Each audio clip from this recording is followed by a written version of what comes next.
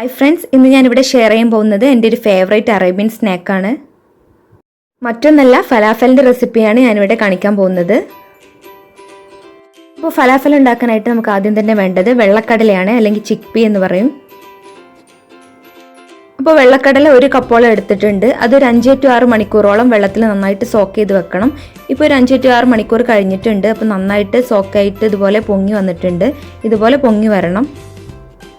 ഇനി ഇതിലേക്ക് വേണ്ടത് ഒരു മീഡിയം സൈസിലുള്ള സവാള, അതുപോലെ ഒരു 5 to 6 വെളുത്തുള്ളി എടുത്തിട്ടുണ്ട്. ലെമൺ ജ്യൂസിനുള്ള നാരങ്ങ, അതുപോലെ ഒരു പച്ചമുളക് കൂടി എടുത്തിട്ടുണ്ട്. ഇനി ഇതിലേക്ക് മെയിനായിട്ട് വേണ്ടത് കൊറിയാണ്ടർ ലീഫാണ്, അല്ലെങ്കിൽ മല്ലിയിലയാണ്. അപ്പോൾ ഇത്രത്തോളം മല്ലിയില വേണ്ടി വരും. ഇനി നമുക്കൊരു ഗ്രൈൻഡർ അല്ലെങ്കിൽ ഒരു മിക്സി എടുക്കാം. അപ്പോൾ അതിൽ ഈ ഇൻഗ്രീഡിയൻസ് എല്ലാം ഇട്ടിട്ടൊന്ന് അടിച്ചെടുക്കണം. അപ്പോൾ നമുക്ക് ആദ്യം തന്നെ കടല വെള്ളം മാറ്റിയിട്ട് ഇതിലേക്ക് ആഡ് ചെയ്ത് കൊടുക്കാം. അപ്പോൾ വെള്ളം ചേർക്കാതെയാണ് ഇവിടെ കടല ആഡ് ചെയ്യുന്നത്. അടുത്തതായിട്ട് നമ്മൾ എടുത്തു വെച്ചിട്ടുള്ള വെളുത്തുള്ളി ഇട്ട് കൊടുക്കാം. അപ്പോൾ ചെറുതാണെങ്കിൽ ഒരു 5-6 വേണ്ടി വരും, വലുതാണെങ്കിൽ ഒരു 4 മതിയാവും. ഇനി ഇതിലേക്ക് നമ്മൾ എടുത്തു വെച്ചിട്ടുള്ള സവാള ഇട്ട് കൊടുക്കാം. സവാള ഇതുപോലെ ചെറുതാക്കി അരിയാണെങ്കിൽ പെട്ടെന്ന് അടിച്ചു കിട്ടും. അടുത്തതായിട്ട് വേണ്ടത് പച്ചമുളകാണ്. പച്ചമുളക് 1-2 ഇതുപോലെ ചെറുതാക്കി അരിഞ്ഞു കൊടുക്കാം.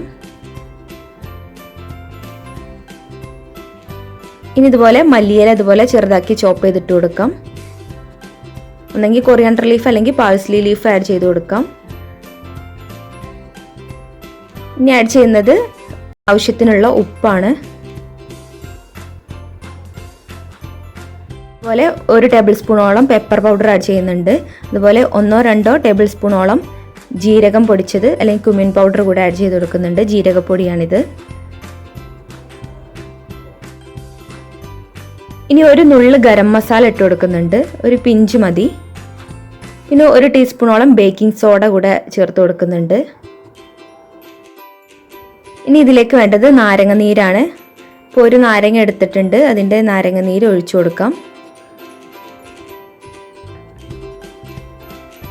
ഇനി ഇതെല്ലാം ചേർത്തിട്ട് നന്നായിട്ടൊന്ന് അടിച്ചെടുക്കണം. അപ്പോൾ അടിച്ചെടുക്കുമ്പോൾ വെള്ളം അധികം ചേർക്കരുത്. വേണമെങ്കിൽ 1-2 സ്പൂണ് വെള്ളം ചേർത്തിട്ടൊന്ന് അടിച്ചു കൊടുക്കാം. അപ്പോൾ അടിച്ചെടുത്തിട്ടുണ്ട്. നമ്മുടെ മാവ് ഇപ്പോൾ റെഡി ആയിട്ടുണ്ട്. ഇതുപോലെ ഈ രൂപത്തിലായി കിട്ടണം മാവ്. ഇനി കയ്യിൽ കുറച്ച് എണ്ണ പുരട്ടിയിട്ട് ഒരു പിടി മാവ് എടുത്തിട്ട് ഇതുപോലെ ബോൾസ് ആക്കി എടുക്കണം. നന്നായി കൈയിൻ്റെ ഉള്ളിലിട്ടിട്ടൊന്ന് ഉരുട്ടിയെടുത്താൽ മതി. ഒന്നെങ്കിൽ ഇതുപോലെ ബോൾസ് ആക്കി എടുക്കാം, അല്ലെങ്കിൽ ഇതുപോലെ ഒന്ന് പരത്തിയിട്ടൊന്ന് ഈ ഒരു ഷേപ്പിലാക്കി എടുത്താലും മതി. വെള്ളം ചേർക്കാതെയാണ് അരച്ചെടുക്കേണ്ടത്. ഇനി തീരെ അരഞ്ഞു കിട്ടുന്നില്ലെന്നുണ്ടെങ്കിൽ ഒരു നുള്ളു വെള്ളം ആഡ് ചെയ്ത് കൊടുക്കാം. അപ്പോൾ നിങ്ങളുടെ മാവ് കുറച്ച് ലൂസായിട്ട് തോന്നുകയാണെന്നുണ്ടെങ്കിൽ ഇതുപോലെ 1-2 ടേബിൾ സ്പൂൺ കടലമാവ് അല്ലെങ്കിൽ കടലപ്പൊടി ചേർത്തിട്ടൊന്ന് മിക്സ് ചെയ്ത് കൊടുത്താൽ മതി. നന്നായിട്ടൊന്ന് കുഴച്ചെടുത്താൽ മതി. അതിന് ശേഷം ഇതുപോലെ ഒന്നെങ്കിൽ ഇതുപോലെ പരത്തിയെടുക്കാം, അല്ലെങ്കിൽ ബോൾസ് ആക്കി എടുക്കാം. ഇനി ഇത് വേഗം തന്നെ ഫ്രൈ ചെയ്തെടുക്കാം. ഇപ്പോൾ ഫ്രൈ ചെയ്തെടുക്കാനായിട്ട് ഞാനിവിടെ ആവശ്യത്തിന് എണ്ണ എടുത്തിട്ടുണ്ട്. എണ്ണ നന്നായി ചൂടായതിനു ശേഷം നമുക്ക് അതിലേക്ക് ഓരോന്നായിട്ട് ഇട്ട് കൊടുക്കാം.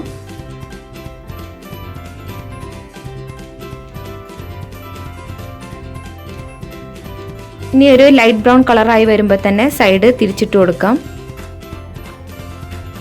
നന്നായിട്ടൊന്ന് ഡീപ്പ് ഫ്രൈ ചെയ്തെടുക്കാം. ഫ്രൈ ആയി വന്നത് നമുക്ക് എണ്ണയിൽ നിന്നും കോരിയെടുക്കാം. അപ്പോൾ ഇനി നമുക്കിത് ചൂടോട് കൂടി തന്നെ സെർവ് ചെയ്യാം. അപ്പോൾ നമ്മുടെ സൂപ്പർ ടേസ്റ്റ് ആയിട്ടുള്ള ഫലാഫൽ ഇവിടെ റെഡി ആയിട്ടുണ്ട്.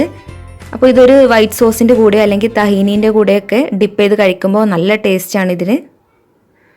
ട്രൈ ചെയ്യാത്തവരുണ്ടെങ്കിൽ ഒന്ന് ട്രൈ ചെയ്യുക. അതുപോലെ കൂടുതൽ റെസിപ്പീസിനായി ചാനൽ സബ്സ്ക്രൈബ് ചെയ്യാൻ മറക്കരുത്. താങ്ക്